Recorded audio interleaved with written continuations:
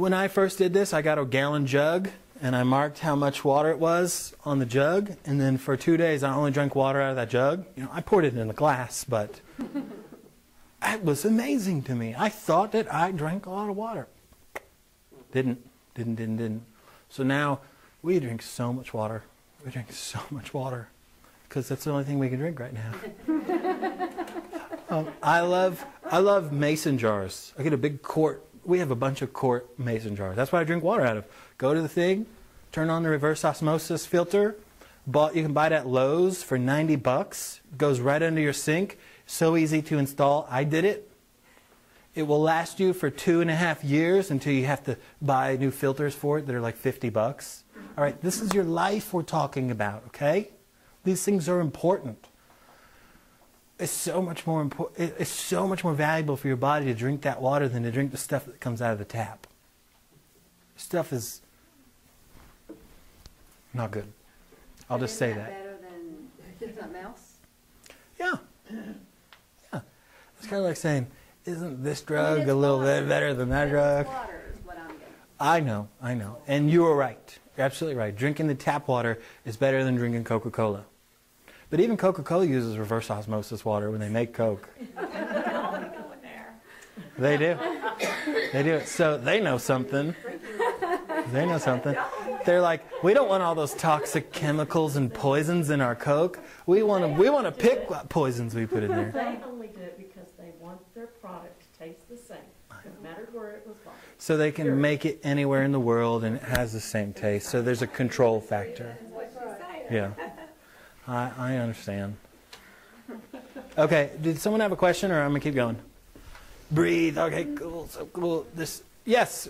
I just want to let you know that when you go to Starbucks, Starbucks uses reverse osmosis water, and so if you ask for a cup of water there, sometimes depending on who's there, and they'll give you a really big one, a nice big cup of reverse osmosis water. It's fantastic, and it's great. I love it. I never met anyone that wanted to stop at Starbucks just to get water. Like, not just in this last, 90 days challenge. This girl always wanted to do that. I'm like, why do you want to do that? Because it's free. Like, And it's good. and it's good. And it's good. It's like, let's go into that place where it's there because you buy things, and let's go get a free thing. There's like something liberating about that. I love it. It's exciting. Yes, let's go. Just one little plug on Yeah. the soda thing, because that is my benchmark. Is everybody knows I'm, water. When you drink a soda, even just a small soda, it is the equivalent of doing a glucose tolerance test, which, if anyone knows, that's a diabetes test. That every time you do that, you're taxing your pancreas and the stress that you're talking about, to the extent that we would do in a medical test to see if you're diabetic. So every time you do that, think about it. Is that a 12-ounce soda? Well, what we use is usually about 45 grams of carbs, so it's like a flat soda. It's basically just a decarbonated Okay. soda. So Every time.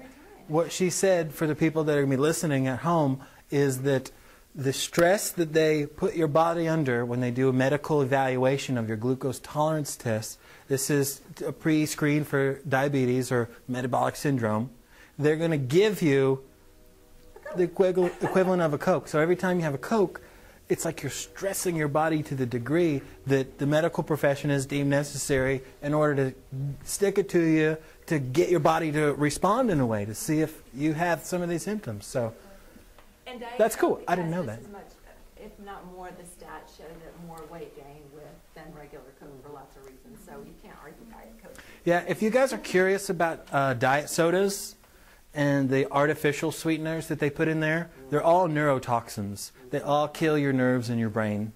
There's a great website. It's called Mercola.com. And if you go to Mercola, he's got cola in his name.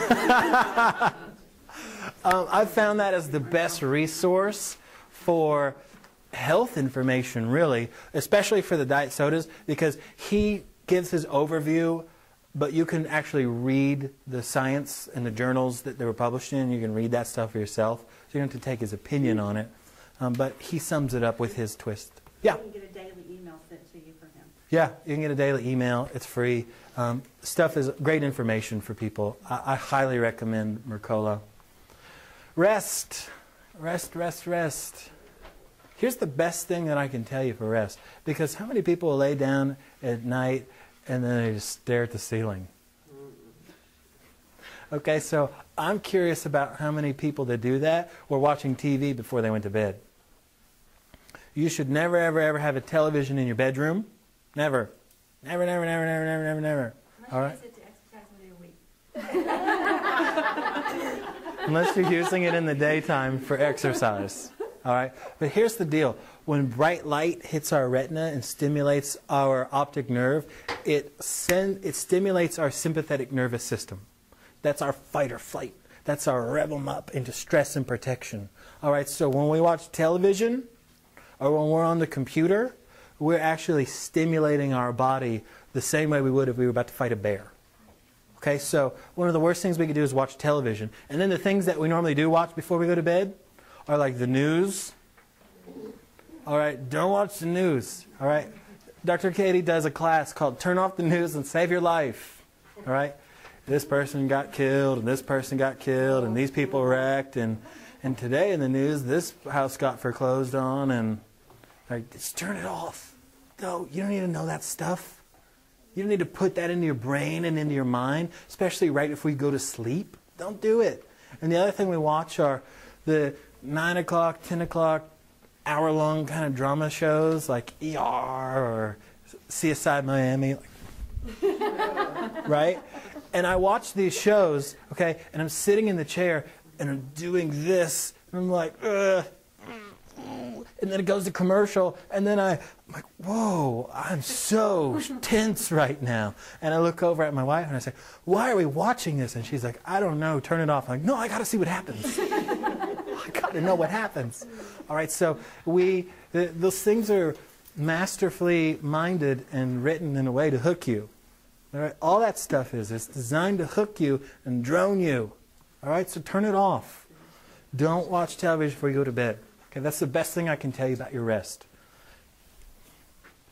Exercise. I got a question at work. Yeah. How long before you go to bed should you stop watching television? From the moment you wake up. You should give yourself an hour, half hour to an hour, of some time where you're decompressing, where you're shutting down, where you're slowing down, and your body isn't so revved up. Are you okay? Yes. Or do you just not like, do you just didn't want to hear that? I don't know. I watch a lot of TV. Uh-huh. I'm hooked on, I'm on a DVR. Most people are that way. So, I mean, you're not alone. And I'm glad that you asked the question, because I bet you if there's 15 people in here, then 16 of them are doing it. Okay? I mean, you can watch it on your phone, you can watch it, Yeah. you know. Yeah. I gave up TV at the same time I gave up sodas. It's been about 3 years now, and I started exercising at the same time. And it is so liberating when you give up TV. We had it taken out of our house because we were such addicts. And every minute that you spend mindlessly watching TV, and I'm not saying, because I was the same way, it's time that you're not exercising, you're not spending with your family, you're not communicating. I mean, sometimes I even see families in restaurants supposed to be eating a family dinner together, and they're all glued to their devices and stuff. I mean, I think we all need to kind of reevaluate what exactly these 6 things, what we're doing, and make changes. It's real simple. It comes down to, what do you want?